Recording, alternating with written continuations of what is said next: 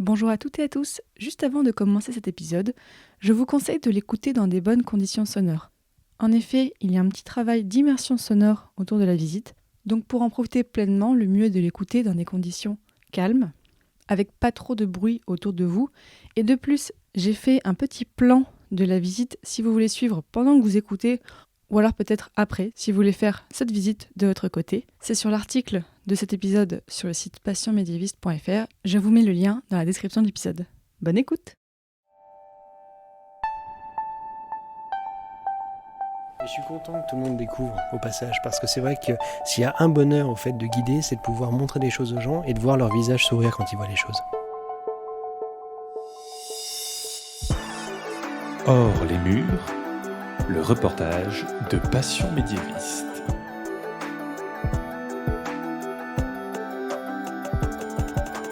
Bienvenue à toutes et à tous dans ce nouvel épisode de Hors les murs, le format reportage de Passion médiéviste, où je vous fais visiter avec les oreilles des lieux où le Moyen-Âge est encore présent de nos jours. Je m'appelle Fanny Cohen-Moreau et comme vous avez pu le voir dans le titre de l'épisode, je vous emmène aujourd'hui non pas dans un lieu, mais dans une ville, Dijon. Nous allons dans cet épisode explorer l'histoire médiévale de la ville de Dijon à travers quelques lieux emblématiques. Et comme guide, nous avons Clément Lassumainvielle. Bonjour Clément. Bonjour, merci. Clément, tu es guide conférencier, tu as un master en histoire spécialisé archéologie, c'est ça ? Exactement, oui, à l'Université de Bourgogne. Et avant de nous lancer dans la visite, Clément, est-ce que tu peux nous rappeler, alors question toute simple, mais où c'est Dijon en France ? C'est une question légitime, on ne sait pas vraiment où c'est, d'ailleurs quand on passe à côté on voit les panneaux, on s'y arrête pas, c'est normal.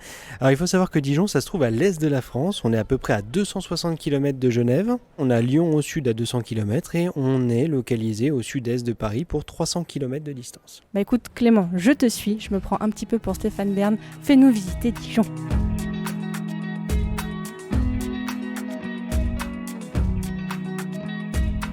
Alors là, on se situe rue du Tillot, juste en face en fait de la plus ancienne église de Dijon, encore debout, une église du XIIe siècle qui a le nom de Saint-Philibert. Alors, elle a aussi quelque chose de remarquable, c'est son portail latéral sud, où on peut voir énormément d'éléments de cette même période, c'est-à-dire de la fin du XIIe siècle. Ça va être la seule église en fait qui va être hors sol de cette période-là, une église romane, mais il y aura quand même du roman caché dans les structures. Seulement, on ne peut pas y accéder à cette heure-là parce qu'il est un peu tard. Voici la cathédrale de Dijon. Alors moi j'ai tendance à appeler cet édifice plutôt une grande abbatiale parce qu'on a de cathédrales ici qu'à partir de la Révolution française si tu veux. À Dijon, la première cathédrale date de 1731 et ce n'est pas celle-ci, c'est une église qu'on nomme Saint-Étienne. En l'occurrence, donc, la cathédrale actuelle a le nom de Saint-Bénigne. Elle date du XIIIe et XIVe siècle. Elle est encore debout aujourd'hui, miraculeusement. Elle aurait pu subir les affres de la Révolution. Elle est encore en place et porte le nom en fait de l'évangélisateur de la Bourgogne qui portait le nom de Beninius à l'époque. Et qu'on a francisé aujourd'hui par Bénigne, c'est ça ? Voilà, c'est ça exactement. Et surtout, ce Beninius, il a été exécuté au IIe siècle de notre ère, à l'époque où, on va dire, les milices romaines n'aimaient pas vraiment les chrétiens à cette époque-là. On a de la chance, aujourd'hui il fait très beau, donc on peut bien faire cette visite tranquillement. Et c'est assez spectaculaire. D'ailleurs, tu remarqueras que la lumière sublime les toitures, dites bourguignonnes, belles toitures vernissées, remplies de couleurs rouge, noir, vert. En fait, ce sont toutes des couleurs du 19-20e siècle. On n'a plus vraiment de toitures qui datent, c'est-à-dire de l'origine, du 14e siècle, en fin de compte. Même à l'Hôtel-Dieu de Beaune, ce sont des éléments d'architecture et des tuiles qui datent du début du 20e siècle. Seulement, c'est tellement beau qu'on peut faire abstraction du fait qu'elle soit toute jeune. Alors, elle a une autre particularité, notre cathédrale actuelle, Saint-Bénigne, c'est qu'elle présente un style gothique bourguignon. C'est-à-dire que c'est quelque chose d'assez lourd. On a des verrières qui sont grandes, mais pas spectaculaires par rapport à tout ce qu'on peut retrouver dans la vallée de la Loire ou autour de Paris, par exemple, et même à Paris, bien évidemment. C'est un style typique de Dijon, clairement, puisqu'on en retrouve absolument sur tout son territoire, et même jusqu'à Beaune. Revenir sur nos pas et nous diriger maintenant vers un hôtel particulier du XVe siècle qui est remarquable.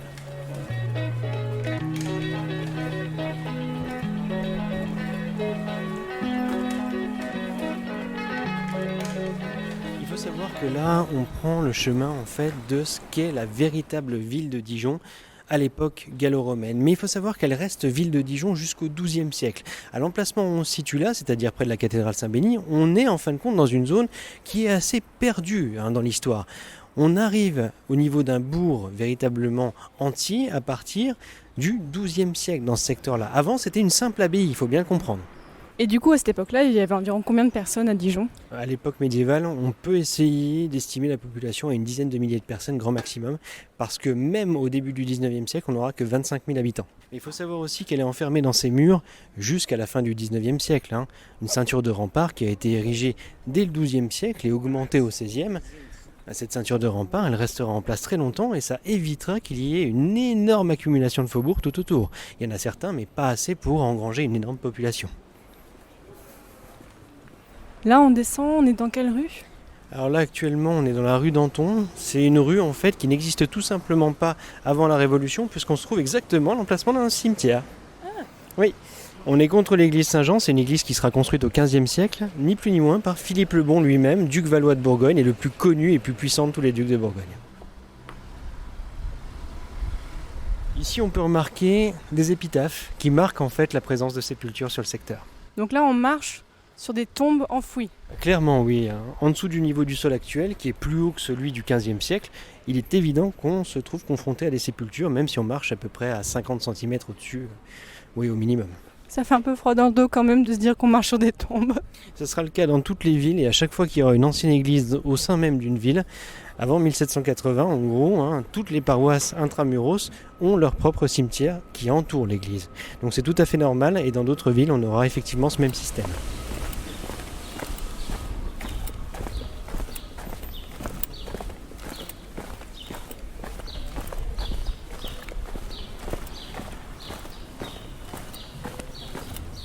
On s'éloigne un petit peu du flot des voitures pour entrer dans une petite rue, la rue Brûlart. Alors la rue Brûlart, elle n'a pas beaucoup d'intérêt, si ce n'est qu'elle nous permet de relier en fait ce qui était l'ancienne ville de Dijon par en fait un secteur qui est très très peu emprunté au Moyen-Âge. C'est une zone qui ne propose aucune structure médiévale, mais vous inquiétez pas, on va retrouver très vite.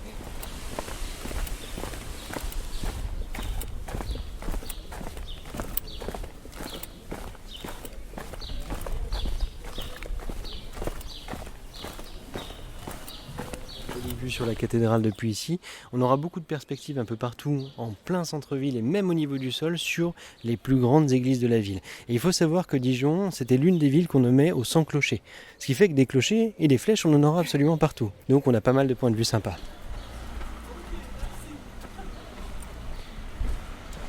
Je l'ai dit tout à l'heure, la rue Brûlart, elle n'a pas beaucoup d'intérêt, mais il y en a au moins un qui est important, c'est qu'on est au croisement d'une rivière qui passait en plein centre-ville. Et là, on marche exactement sur le cours d'eau de la ville qui a été canalisé dans les années 1840 et qui s'appelle le Suzon.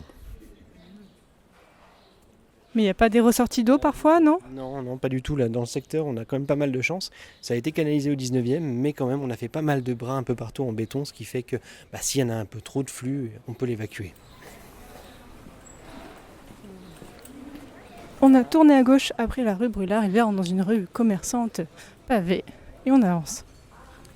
Cette rue-là en particulier, elle porte le nom de Berbisey et ça tombe bien, on se dirige dans la cour d'un hôtel qui porte le nom de Thomas de Berbisey, quelqu'un de très important à l'échelle de Dijon, puisque sa famille, noble personne de leur facture, proposait en fait leur service pour le Parlement de Bourgogne.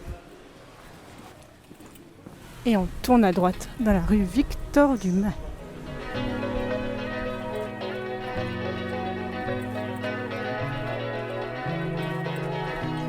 Site, il faut rentrer dans un hôtel qui porte le nom de Philippe le Bon. Encore une fois, on reste dans la thématique pour arriver dans une zone qui n'a pas subi du tout les coups de la Révolution. Parce que la ville a beaucoup été modifiée après la Révolution ? Alors en fait, à partir de la Révolution, on a pas mal de logements citoyens qui émergent un peu partout, donc des immeubles symétriques au possible, sans vie, sans décor. Bon ça va par exemple remplacer des églises à Dijon. Ça, c'est quelque chose d'assez spectaculaire. On va perdre 3 grosses constructions majeures à cause de la Révolution. La Sainte-Chapelle des Ducs de Bourgogne, quand même. On va perdre aussi la rotonde romane de l'an 1000 de Saint-Bénigne, la cathédrale que j'ai évoquée tout à l'heure, mais aussi une église paroissiale du nom de Saint-Pierre. Et là, on rentre dans un endroit un petit peu plus calme, avec des jolies voitures. Alors là, moi j'adore emmener les gens dans ce genre d'endroit parce qu'on est hors des sentiers battus, personne ne se doute qu'au-delà des rues, bien sûr, un tracé touristique évident, on peut retrouver des joyaux, mais là en l'occurrence, c'est une perle de trésors gothiques que vous allez pouvoir voir.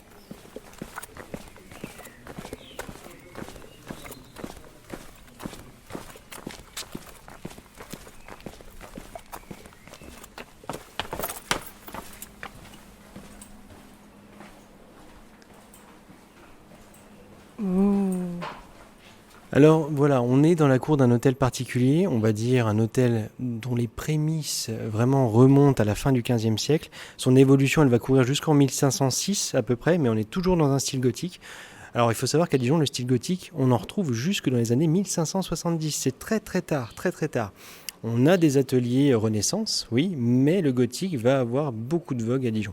Là, donc, jusqu'en 1506, on construit cet hôtel pour Thomas de Berbisey, qui va y habiter à partir de 1506. C'est pour ça qu'on connaît la date, en fait. Alors, on peut voir plusieurs choses. Un oratoire, très très décoré, avec l'unique colonne torsadée de la ville qui a ce format monumental, qui a des vignes, du charbon qui symbolise la force et l'union conjugale, qui sort d'un beau panier en osier au passage. Un peu plus haut, on peut voir les armes des Berbisey qui ont été grattées à la Révolution. Bon, effectivement, il y a un petit grattage quand même, mais les structures n'ont pas été touchées. Une madone un peu plus haut. On peut remarquer aussi une belle frise décorative où on peut retrouver le mouton, la brebis. Ça, c'est tout simplement en fait le symbole de la famille qu'on va retrouver en héraldique aussi parce que Berbisey, Berbis, au Moyen-Âge, voilà, ça rappelle la brebis tout simplement. Alors l'oratoire aujourd'hui sert en partie de cuisine, mais il est très très bien préservé en fait par la direction. Ils connaissent le trésor du site et donc même si on se trouve localisé dans un secteur qui peut être un petit peu dommageable pour le patrimoine, eh bien forcément on a enduit les surfaces en fait pour les préserver dans le site. L'autre élément majeur de cet endroit, c'est bien sûr le pilier central de la cour qui propose plusieurs éléments et notamment une représentation stylisée du jardin d'Éden. Stylisée pourquoi ? Parce que on retrouve le serpent enroulé autour de l'arbre. L'arbre c'est un pommier, on voit les pommes, mais surtout la tête du serpent, c'est une tête de femme. Bon, alors forcément, on se demande pour quelle raison. Un peu plus haut, on a Saint Thomas qui est en train de soigner Jésus. Et le Saint Thomas, au passage, si vous vous rappelez bien le nom du propriétaire, représente entre autres le propriétaire. Il a la jambe fléchie et est presque aussi grand que Jésus. Ça a pas mal fait jaser à l'époque, forcément. C'est sans doute pour ça qu'à la Révolution, c'est pas tombé, parce que ça a dû les faire vraiment, vraiment rire, je pense. Ouais, parce qu'on l'a vu tout à l'heure, même la Madone, il lui manque la tête. Oui, mais c'est pas tombé à la Révolution. On a des photographies en fait de la Madone avec la tête. Donc là, on sait pas ce qui lui est arrivé, mais en tout cas, elle a perdu la tête au 19e siècle. Un ancien propriétaire un peu énervé. Il y a des chances que sa tête lui renaît pas, ouais, effectivement. On trouve des torsades là-haut aussi. C'est vraiment le seul endroit de la ville avec l'hôtel Chambellan qui propose ce type de décor. Je mets l'accent dessus parce que ça a beaucoup d'impact en fait dans l'étude que j'ai menée dans la ville. Je me suis rendu compte que ces deux endroits proposent la même chose et on sait qu'au XVe siècle, Philippe le Bon avait des accords commerciaux avec le roi d'Écosse, entre autres. Ce type de torsade, on en retrouve beaucoup en Écosse et on sait qu'on a échangé plus que des anecdotes avec l'Écosse à cette époque-là et donc aussi, pourquoi pas, de l'art décoratif, ça pose aucun problème. Voilà. On va sortir d'ici et se diriger maintenant vers un autre hôtel particulier, l'hôtel Chambellan, justement. On sort des sentiers battus, par exemple tout à l'heure on était face à la cathédrale, mais même la cathédrale, on s'y dirige pas instinctivement à Dijon en fait. Les sentiers sont tous faits de telle sorte à suivre l'artère principale, qui est la rue de la Liberté, qui vous emmène tout droit vers l'hôtel ducal, celui de Philippe le Bon. Donc là on remonte la rue Sainte-Anne.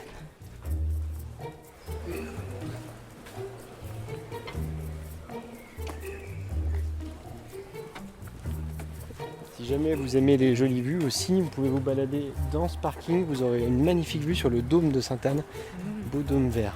Ouais, je l'avais reçu, ça a l'air chouette ça.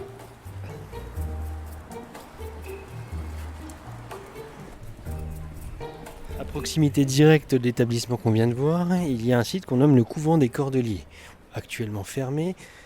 Avant ça, il faut savoir qu'avant le Covid, je parlais, on pouvait aller à l'intérieur quand on voulait, c'est devenu un appart-hôtel. Et le propriétaire a énormément mis d'argent pour remanier le site et qu'il soit complètement restauré.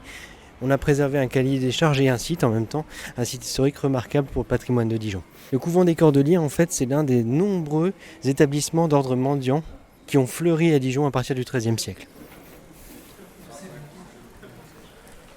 En plus, à partir de là, on rentre dans le secteur piéton de Dijon. Dire qu'à partir d'ici, à moins d'avoir un badge, on ne peut pas circuler en voiture. Et le secteur sauvegardé, c'est pas tout le secteur piéton, bien sûr, mais il y a une grosse partie de ce secteur sauvegardé qui est largement piétonnisé. Et donc, on va être tranquille un petit moment. Donc pour les oreilles des auditeurs, il y aura un petit peu moins de bruit de voiture, on vous promet.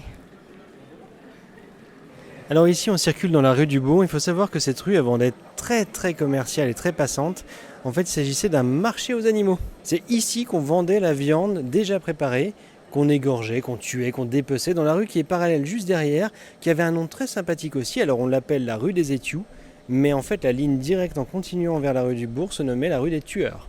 Oui, c'est assez évocateur. Il y a quelque chose de très pratique au fait d'avoir proposé ici des étals de viande, c'est parce qu'on peut nettoyer le sang très facilement pour une bonne raison, c'est qu'en contrebas, juste à côté, passait la rivière du Suzon. Donc on pouvait évacuer tout ce qu'on pouvait à l'intérieur. Celle dont tu parlais tout à l'heure. Exactement.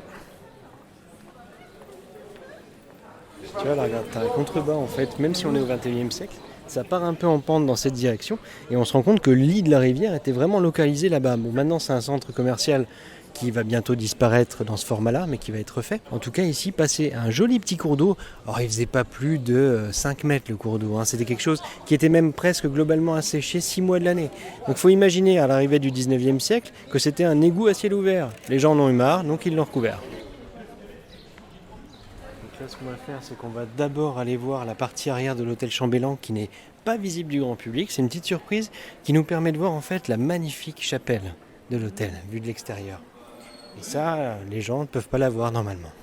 Donc c'est une exclusivité pour Passion médiéviste par les oreilles. Je fais pas les choses à moitié. On mettra des photos sur le site passionmédiéviste.fr si les gens veulent voir à quoi ressemble tout ce dont on va parler.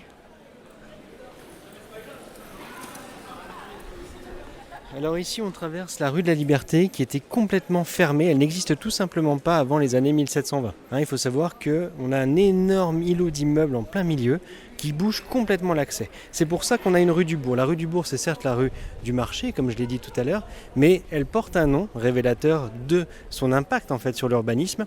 Il faut savoir que depuis l'hôtel des Ducs jusqu'à la cathédrale Saint-Bénigne, qui était l'abbaye Saint-Bénigne à l'époque, vous aviez la rue du Bourg qui mène au bourg Saint-Bénigne. On voit aussi face c'est que les façades de la rue du Bourg sont clairement plus anciennes que celles de la rue de la Liberté. Alors globalement, en plus, la rue de la Liberté, c'est un même schéma. Toutes les façades ont été faites de la même façon, conçues de la même manière, avec des belles arcades, toutes à la même période. Donc oui, non, c'est pas très ancien tout ça, effectivement. En revanche, là, on passe dans une rue qui s'appelait la rue au-dessus du bourg avant. Aujourd'hui, c'est la rue Stéphane Liégeard, où on peut voir à nouveau des façades à pans de bois qui remontent donc au XVe siècle. Et c'est les façades du XVe siècle qu'on voit ? Oui, c'est ça, c'est ce qu'on voit un peu partout ici. Alors on en a deux qui sont affrontés, donc qui se font face, qui est encore assez rare dans les villes aujourd'hui. Et il faut savoir que dans quelques minutes, on verra aussi beaucoup d'autres façades affrontées de cette façon.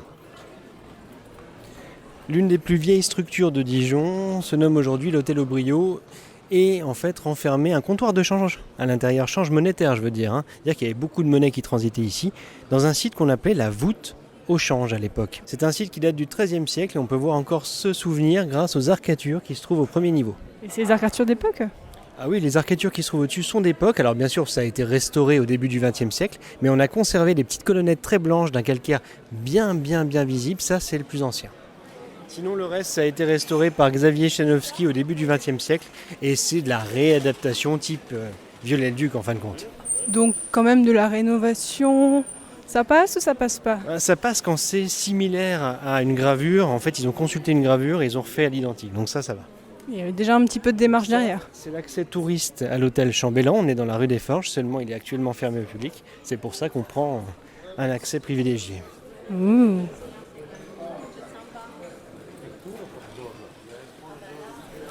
Il faudra parler doucement parce qu'on rentre dans une copropriété. Quelqu'un nous ouvre, mais il faut attendre un peu.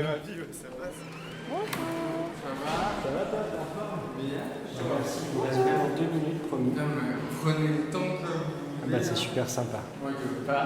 C'est gentil, merci. Il y a un bouton pour ressortir quelque chose ? Ok, super. C'est super sympa, merci à vous.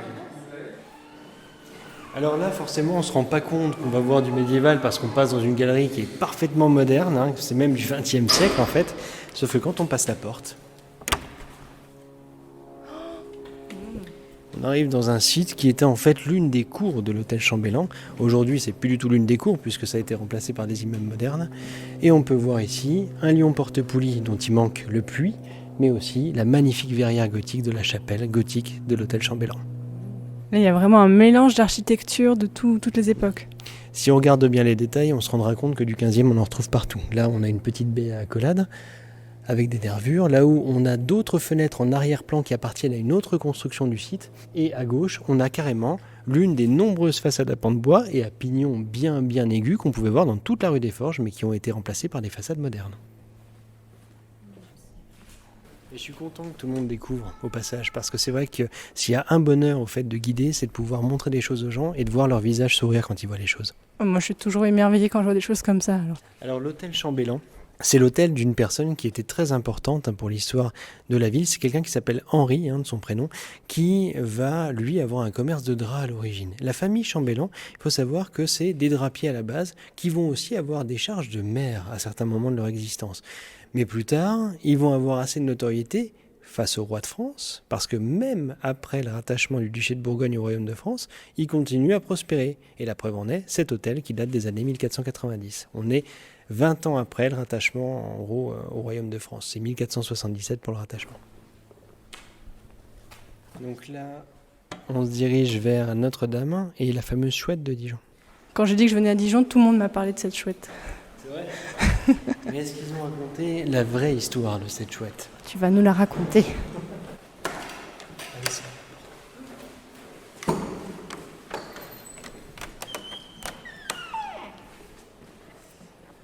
Alors ici s'entremêle vraiment du gothique, mais aussi du néo-gothique. On a la chance d'avoir cette merveilleuse église Notre-Dame, belle structure gothique d'un bourguignon total, et juste à sa droite, un néo-gothique, puisqu'on a une chapelle qui a servi, on va dire, d'algeco, au moment où on a décidé de restaurer l'église Notre-Dame à la fin du 19e siècle.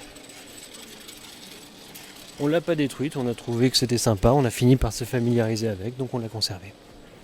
Alors, ça c'est l'église Notre-Dame, une façade complètement atypique parce qu'elle reprend en fait un style qui va jusqu'à Byzance.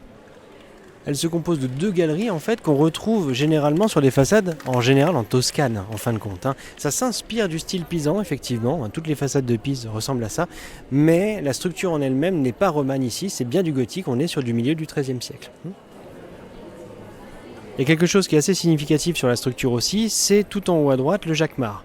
Alors un jacquemart, c'est un nom vraiment générique pour tous ces campaniles dotés de petits bonhommes qui tapent dessus. En fait, on en retrouve un peu partout en France quand c'est conservé. Et là, en l'occurrence, celui-ci, pour certaines pièces, remonte au XIVe siècle, lorsque Philippe le Hardi l'a récupéré à Courtrai, une ville de Belgique actuelle, parce qu'en gros, les soldats là-bas de Courtrai ne sont pas vraiment bien battus avec lui à cette époque. Et donc, pour se venger, il a décidé de leur piquer leur jacquemart.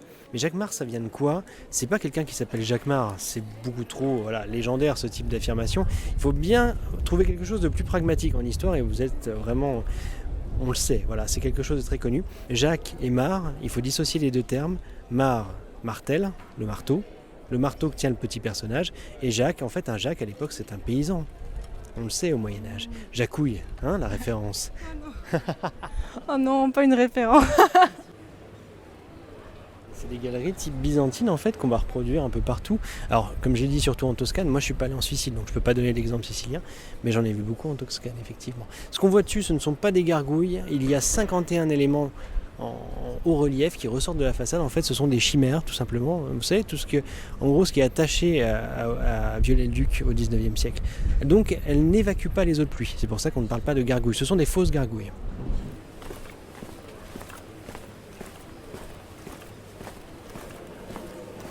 Il y a un élément de l'architecture qui est emblématique de la ville de Dijon, qui n'est autre que la fameuse chouette de Dijon.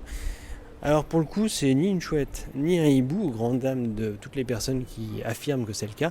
C'est en fin de compte un blason commémoratif, c'est ce qui est le plus proche d'un souvenir mis sur la pierre. Ce petit élément, il est là vraisemblablement, d'après une étude récente, depuis 600 ans. Il a donc été sculpté directement sur le site, donc à hauteur d'homme, c'est pour ça qu'on peut le retrouver à cette hauteur, c'est parce que ça a été sculpté là, sur une chapelle qui date du XVe siècle, qui a été maladroitement interprétée pendant très longtemps comme une chapelle du XVIe siècle. Donc on lui a attribué le XVIe siècle à ce petit volatile, ce qui n'est pas le cas, à cause de la verrière qui se trouve là, qui est très Renaissance française pour le coup. Alors en plus de ce volatile nocturne qu'on retrouve ici, sur sa petite branche, on va avoir 2 autres éléments. Alors quelque chose qu'on a du mal à déterminer, mais qui est peut-être la représentation du symbole de Louis XII, le porc épic, mais on n'en est absolument pas sûr. Et à gauche là-bas, la salamandre de François Ier.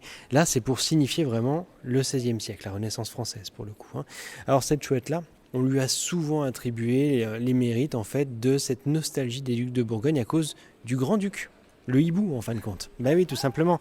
Sauf que vraisemblablement, encore une fois d'après une étude récente, il s'agirait d'un souvenir d'une réunion qui s'est tenue il y a de ça 600 ans, une réunion pontificale, durant laquelle un volatile aurait pu pénétrer en fait dans la salle pendant la réunion et ça a été interprété comme, pas l'opération du Saint-Esprit, mais en tout cas l'opération, on va dire, maligne. Voilà. Et cette apparition, on s'en rappelle, on va finir par se moquer de celui qui préside en fait la réunion en question, hein, le pape, clairement, parce qu'il avait des mœurs qui n'étaient pas très jojo à cette époque-là. Tu le disais tout à l'heure, la chouette, elle est au niveau des yeux, mais est-ce qu'à cette époque-là, quand elle a été faite, le sol était déjà à ce niveau-là ? On a de la chance parce que ce secteur-là, ça a été un cimetière pendant très longtemps. Encore ? Oui, on est autour de l'église. Donc forcément, dans cette zone, on va avoir un sol en terre battue et pas forcément pavé sur tout le secteur. Donc quand on va paver la zone en question, on va un petit peu rehausser le sol, mais pas trop, parce qu'on va reprendre le schéma de ces rues concentriques qui permettent d'avoir une rigole au centre, voilà, comme ça. Donc on va avoir un sol un peu plus haut sur les côtés, au XXIe siècle, bon c'est un sol 20e, qui va permettre d'avoir aujourd'hui quelque chose qui atteint les 2 mètres. Mais c'est pas si haut que ça quand même, pour le coup, mine de rien. J'aime beaucoup la petite salamandre.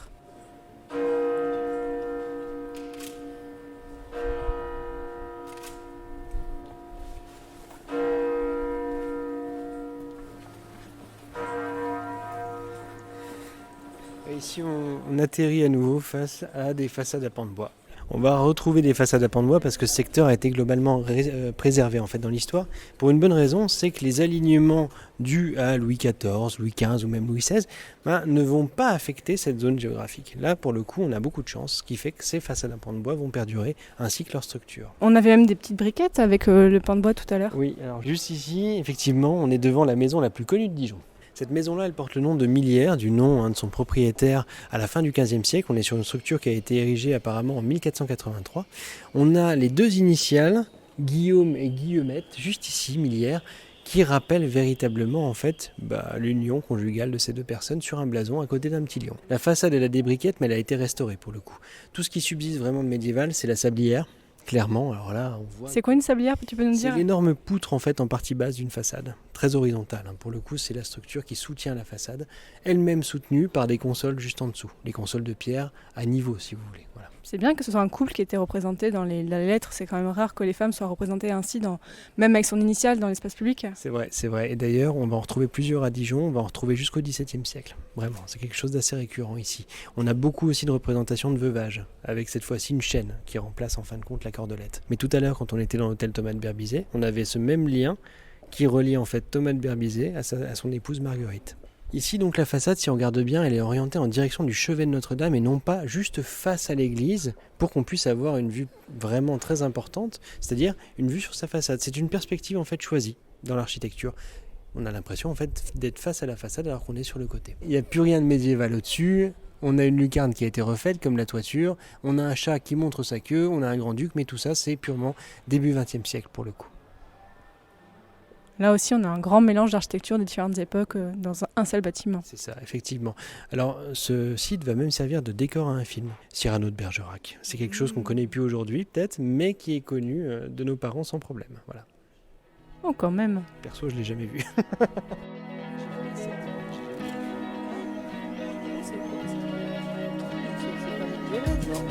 c'est le thème de Vaugnier qui reprend en fait un style renaissance. Bah oui, avec des ogives. Pareil, ici, la renaissance est faite en plus à la fin. Dans les sous-sols, tu as aussi un petit peu de médiéval. Les salles sont voûtées en partie basse. Ça repose plus sur des colonnes, malheureusement, mais on a des salles médiévales quand même en partie basse, en dessous de l'hôtel de Vaugué. Alors ici, on arrive devant la rue médiévale, à tout point de vue en fait à Dijon. Ici, on arrive dans une rue qui a préservé en fait ses façades à pans de bois. Elles se font face dans toute la rue et on en a au moins une bonne dizaine cachées entre l'intérieur de la rue et l'extérieur en fait des structures qu'on ne peut pas voir pour le coup dans la rue. Mais il faut bien comprendre une chose, c'est qu'elle n'a pas été alignée comme les autres à l'époque des différents rois type Louis XIV, Louis XV, Louis XVI. Ici, on a de très belles structures qui ont servi à la fois de zones commerciales, donc des échoppes par exemple, mais aussi d'hôtellerie comme celle-ci qu'on appelle l'hôtellerie de la Croix de Fer. Donc là, on est au croisement de la rue de la Chouette et de la rue Verrerie. On fait juste un petit point juste à côté pour aller voir l'une des plus vieilles maisons de la ville encore une fois. Et ensuite, on termine par le logis de Philippe le Bon qui est l'hôtel ducal. Alors si je dis attention hôtel ducal et non pas palais des ducs, c'est parce que ça n'a jamais été un palais. Dans aucun écrit d'archives on lit le mot palais ou que ce soit en fait. C'est un hôtel particulier certes, Peut-être riche, mais c'est un hôtel. Pas de palais, pas de palais. Pas de palais, la référence à Mission Cléopâtre, quoi. Oui, c'est ça.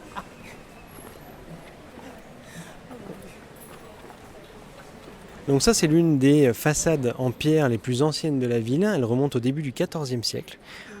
Et on se trouve dans la rue Chaudronnerie. Ici, c'est l'hôtel des Griffons. Alors la famille des Griffons, pareil, ça va être des commerçants, des drapiers, plus exactement, puisqu'on est cette fois-ci dans le secteur de la vente de draps. Tout à l'heure, c'était la viande, là, c'est les draps. Clairement, il faut comprendre que la Bourgogne est très réputée pour son textile, en fait, au Moyen-Âge. Très, très réputé. Et là, en l'occurrence, les prémices, c'est le XIVe siècle. Ça va aller jusqu'au XVe siècle sans problème et courir à la Renaissance. Et là, on est devant, sans doute, la structure qui a accueilli ce textile il y a le plus longtemps possible, c'est-à-dire au XIVe siècle. La façade de l'hôtel des Griffons, elle se compose de fenêtres avec des trilobes, quelques figures, notamment un petit singe pour la malice, tant qu'à faire. Et surtout, elle renfermait à l'intérieur, avant que ça soit malheureusement totalement détruit au XIXe siècle, une magnifique cour avec galerie en bois et tourelle d'escalier à vis, bien entendu. Mais là, ce qu'il y a au-dessus des fenêtres, c'est du Moyen-Âge ? Alors on pourrait croire que c'est du faux, mais c'est bien de la pierre de Dijon. En fait, si on regarde bien, il y a des éléments veineux qui se trouvent sur les différents trilobes. Là, on voit les traces rouges un peu partout. La pierre de Dijon, c'est une pierre qui fournit plusieurs nuances de couleurs. Du rouge quand elle est chargée en oxyde de fer, du bleu quand elle a du fer pur à l'intérieur, ou un genre de jaune comme celui-ci. Et c'est bien une pierre locale qui est issue de ce qui est aujourd'hui la gare de Dijon, en fait. Là, on dirait presque du bronze. On dirait presque du bronze et on dirait carrément en fait du faux, limite. Mais non, c'est bien de la vraie pierre, ce sont des linteaux authentiques.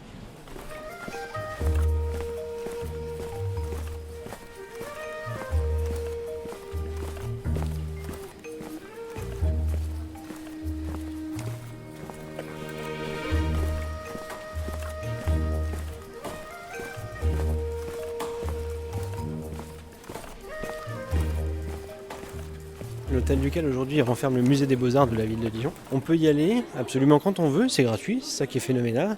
Il est vraiment gigantesque et il vient d'être totalement restauré. On peut observer dans ce musée des Beaux-Arts les tombeaux d'au moins 2 des ducs de Bourgogne, Philippe le Hardi et Jean Sambeur, ce sont les 2 premiers ducs valois. Le site en lui-même a été pas mal remanié au travers de l'histoire, mais il faut savoir qu'on a toujours le corps de logis et la tour d'escalier à vis monumentale de Philippe le Bon. Et un élément ancien conservé, la tour de bar qui remonte au XIVe siècle, qui est en fait l'une des étapes successives de l'évolution architecturale de ce site. Là, pour le coup, la tour de bar est la plus ancienne construction encore en place de cet ancien hôtel ducal. Et là, on est sur la place des Ducs de Bourgogne et je conseille aux auditeurs et auditrices, c'est un excellent point de vue pour découvrir. C'est vraiment fantastique et surtout, c'est de ce côté-ci qu'on peut voir véritablement la façade de l'hôtel ducal parce que de l'autre côté, c'est du Louis XIV. Mais la tour est super haute aussi, on n'a pas l'habitude que des... Gigantesquement haute, on ne comprend pas pourquoi on a fait une tour aussi haute. Là quand même on approche des 50 mètres quand on arrive sur la partie du second escalier tout en haut au niveau des garde-corps. En fait il y a une théorie récente qui voudrait que grâce en fait à la lecture de carnet qui montre que l'un des conseillers de Philippe le Bon était un astrologue à l'époque mais un physicien, donc un astronome aujourd'hui, eh bien peut-être que Philippe le Bon s'adonnait à l'observation astronomique en fait sur les parties hautes. C'est la Société astronomique de Bourgogne et Hervé Mouillebouche, professeur de l'Université de Bourgogne, qui ont émis cette hypothèse récemment. Donc on va terminer dans la cour où tu vas voir une façade vraiment remarquable, celle de la tour de bar qui est préservée, avec ses fenêtres à croisées qui sont conservées depuis le XIVe siècle et juste quelques éléments de nettoyage qui sont perceptibles, mais globalement on est sur une structure complète. Voici la façade de la tour de bar qui a été très nettoyée, on peut le constater, mais globalement la structure est intacte. Sculpture, pierre, tout est là. Bon, il manque l'enduit d'origine pour certaines zones, mais pour le reste, tout est bien présent. Les grilles ont été changées aussi. De l'autre côté, juste derrière nous, ce sont les cuisines de justement Philippe le Bon. Alors on pense qu'elles sont même antérieures à Philippe le Bon. Elles sont conservées sur une grosse moitié de la structure. Il faut savoir qu'on a détruit la partie où on se trouve, on ne devrait pas pouvoir circuler ici au XIXe siècle pour justement essayer d'égaliser un petit peu ce secteur. Bon, c'est juste une question de forme et de propreté et donc on a perdu une belle pièce médiévale. En revanche, la partie conservée propose des voûtes vraiment remarquables qui se dirigent vers la bouche monumentale de la cheminée puisque on a toute la partie cuisine qui est conservée. C'est la cheminée qu'on voit là. Alors ça, c'est une cheminée Renaissance tardive parce qu'on se trouve en fait dans la partie de la cour qui était en plein milieu des 2 structures, mais la partie cheminée se trouve dedans. Et du coup, si jamais tu vois l'intérieur, tu verras qu'il y a plein d'âtres qui permettent d'évacuer justement ces fumées. Et c'est monumental et c'est vraiment remarquable. Et là, juste, c'est qui le bonhomme qu'on voit en statue ici ? Klaus Luther, c'est le sculpteur de Philippe le Hardy qui va pouvoir en fait concevoir le début des tombeaux des ducs de Bourgogne, mais il ne va pas voir la fin des éléments construits. Ces tombeaux qu'on peut voir maintenant au musée des Beaux-Arts. Pourquoi il est là alors ? Parce que justement, c'était l'imagier vraiment au Moyen-Âge de ces ducs valois. C'est lui qui a lancé l'impulsion de la Chartreuse de Champmolles, qui est la nécropole des Valois où se cachaient les tombeaux à l'origine. Bien sûr, on doute que les tombeaux n'ont pas toujours été dans l'hôtel ducal. Aujourd'hui, ils sont dans la salle à manger.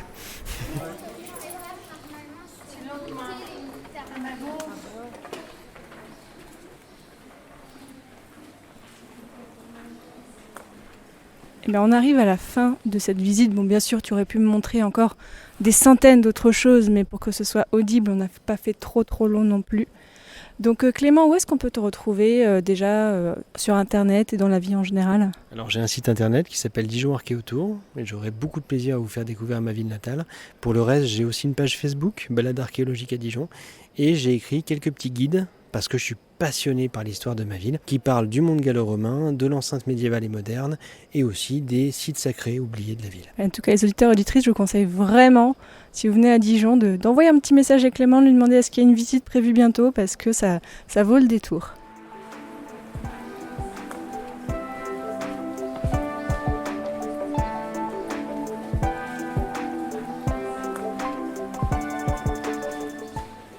Vous avez peut-être été un peu frustré de ne pas pouvoir voir tout ce dont on parlait. Eh bien, allez voir sur le site passionmédiéviste.fr. Je mettrai plein de belles photos pour que vous puissiez un peu plus vous rendre compte. Et je vous dis à très bientôt pour un nouveau Hors les murs de Passion médiéviste.